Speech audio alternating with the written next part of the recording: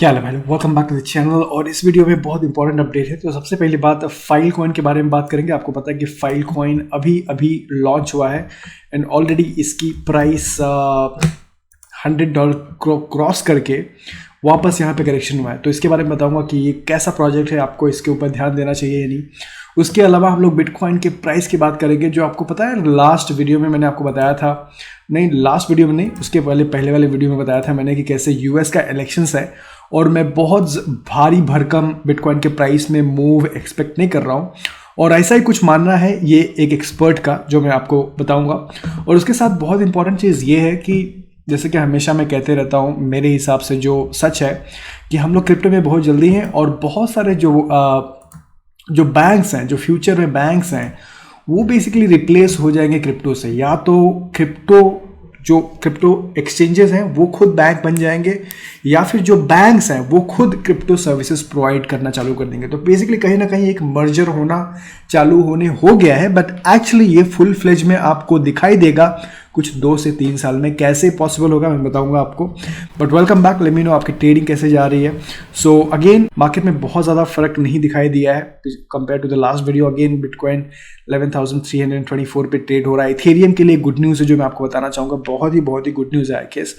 But जो winner है I think file coin है। तो आपको पता है फाइल कॉइन अभी इन्होंने 2017 में ICOs किया था। मैंने पार्टिसिपेट नहीं किया था ऑनेस्टली, बट डेफिनेटली मैं इस टोकन प्राइस का जो फाइल कॉइन है इसका मैं डेफिनेटली वेट कर रहा हूँ कि एक अच्छा प्राइस मिले जहाँ पे मैं एक एंट्री मार सकूँ लॉन्ग टर्म के लिए, शॉर्ट टर्म के लिए नहीं।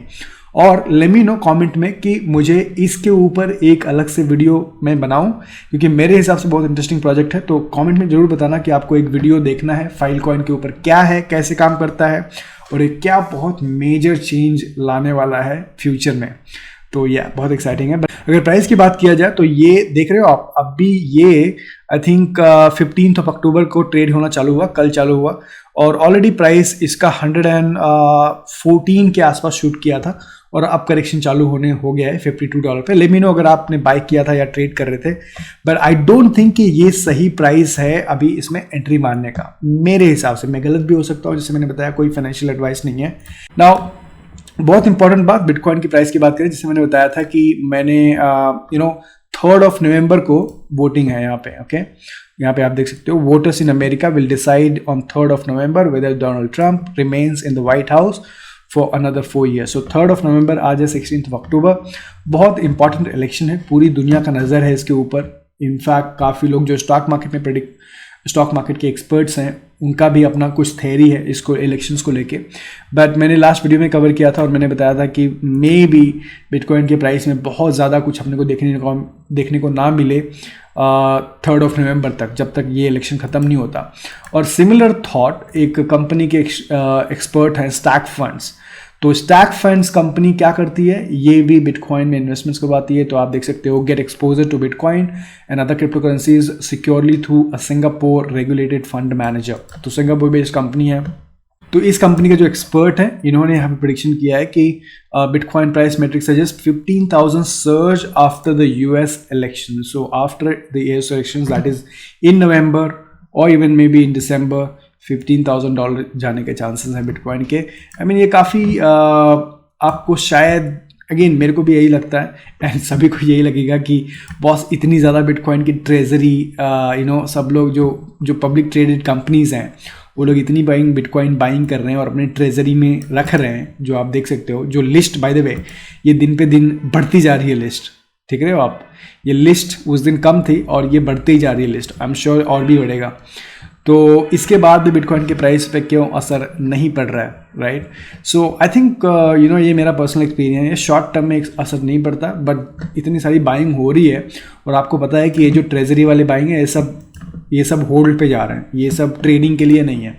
तो आप सोचिए, मतलब ये इसका कहीं ना कहीं बिटकॉइन के प्राइस पे तो असर पड़ेगा। तो आज नहीं तो कल वो असर देखने को मिलेगा। वो इमीडिएटली अपने को देखने को नहीं मिल रहा है मुझे लगता है।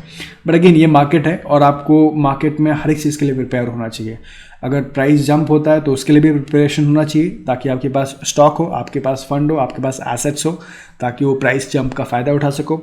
और अगर मार्केट गिरता है तो भी आपके पास फिएट होनी चाहिए अगर आपको और बाय करना है, या फिर उतनी फिएट होना चाहिए ताकि आपको सेल आउट ना करना पड़े। तो ये स्ट्रैटेजी जो एक्सपर्ट्स हैं जिनको हैंडल करने आता है वो दोनों के लिए तैयार होते हैं, अप के लिए और डाउन के लिए। तो आई थिंक वो स्ट्रैटेजी बहुत इंपॉर्टेंट है। लेट मी नो आपका क्या ख्याल है। तीसरी चीज़ ये कि इथेरियम के लिए बहुत ही बड़ी गुड न्यूज़ है। आपको मालूम है कोई भी क्रिप्टो में सबसे बड़ा रिस्क यही होता है कि यार ये सिक्योरिटी है कि नहीं। बहुत सारे टोकन्स जिन्होंने ICOs किया था, तो SEC जो US का SEC है वो बोलता है सिक्योरिटी टोकन है। जब सिक्योरिटी टोकन बोलता है तो उस प्रोजेक्ट के ऊपर बहुत खतरा हो सकता है। जैसे आपको पता है बिटमेक्स का सिक्योरिटी का तो प्रॉब्लम नहीं था, बट वो एक्सचेंज था जिसके ऊपर इन्होंने कुछ ऑब्जेक्शन लिया था। बट इसके पहले आई थिंक मुझे नाम याद नहीं आ रहा कौन सा, तो एक कॉइन था, आई थिंक टेलीग्राम कॉइन आपको पता है, उनको पूरा रिफंड करना पड़ा इन्वेस्टर्स को। और एक प्रोजेक्ट था जो मुझे आई थिंक किन था शायद, जिसके ऊपर SEC ने बोला था कि ये सिक्योरिटी है। तो ये बहुत ही बड़ी गुड न्यूज़ निकल के आई है कि जो CFTC के चेयरमैन हैं इन्होंने खुद बोल दिया है कि बॉस ये इथेरियम से बहुत इम्प्रेस्ड है। इन्होंने एक वीडियो में बताया यहाँ पे कि इथेरियम से बहुत इम्प्रेस्ड है।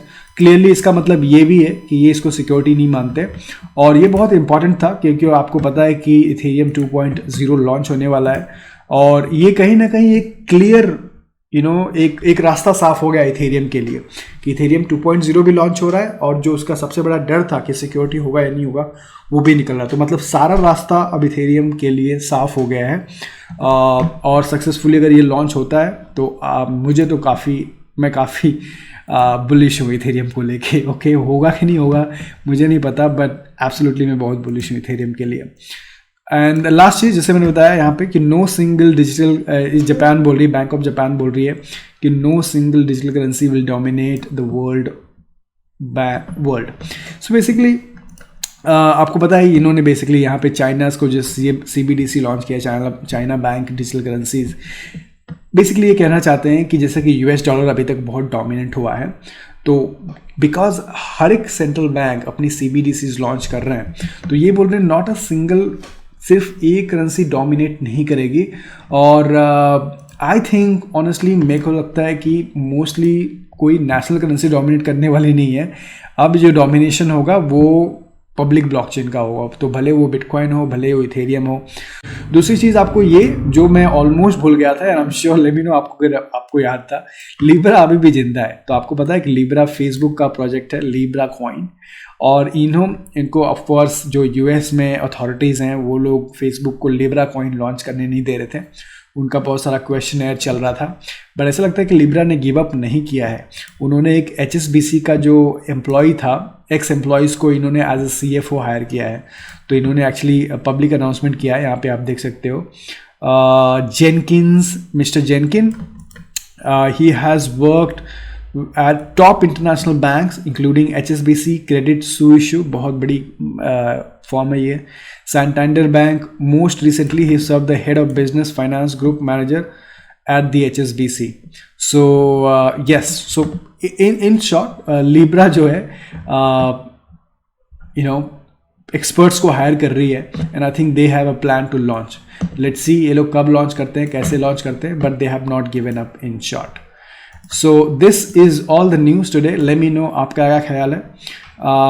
या मैं आपको ये बताने की कोशिश कर रहा था, जब मैंने ये देखा, जब इन्होंने बोला कि crypto banks are going to swallow fiat banks, and of course आपको पता है कि क्रिप्टो का जो मेन मकसद होता है कि be own bank, right, be own bank. अगर आप भी बोलोगे मुझे कि शिव क्रिप्टो का मतलब है बी ओन बैंक, तो ये बैंक की क्या बात हो रही है, हम लोग क्रिप्टो बैंक्स का क्या बात कर रहे हैं हम लोग। Honestly crypto, yes it is possible, but अगर आप ध्यान दोगे तो कितने लोग, मुझे बताओ, कि अपने प्राइवेट वॉलेट में क्रिप्टो रखते हैं? बहुत कम लोग रखते हैं। मोस्टली लोग एक्सचेंजेस को ट्रस्ट करते हैं, वो चाहते हैं कि उनका एक्सचेंजेस फंड का ध्यान रखें। वो सही भी है देखा जाए तो। दोनों के अलग अलग फ़ायदे और नुकसान हैं। सो फॉर एग्जाम्पल अगर आप किसी एक्सचेंजेस पे रखते हो तो आपकी रिस्पॉन्सिबिलिटी नहीं होती, फिर उनकी रिस्पॉन्सिबिलिटी थी उसको फंड रखने का। आपको खाली सब पासवर्ड वासवर्ड सब याद रखना है, 2FA याद रखना है। और अगर आप अपने वॉलेट में रखते हो तो फिर आपकी जिम्मेदारी बढ़ जाती है।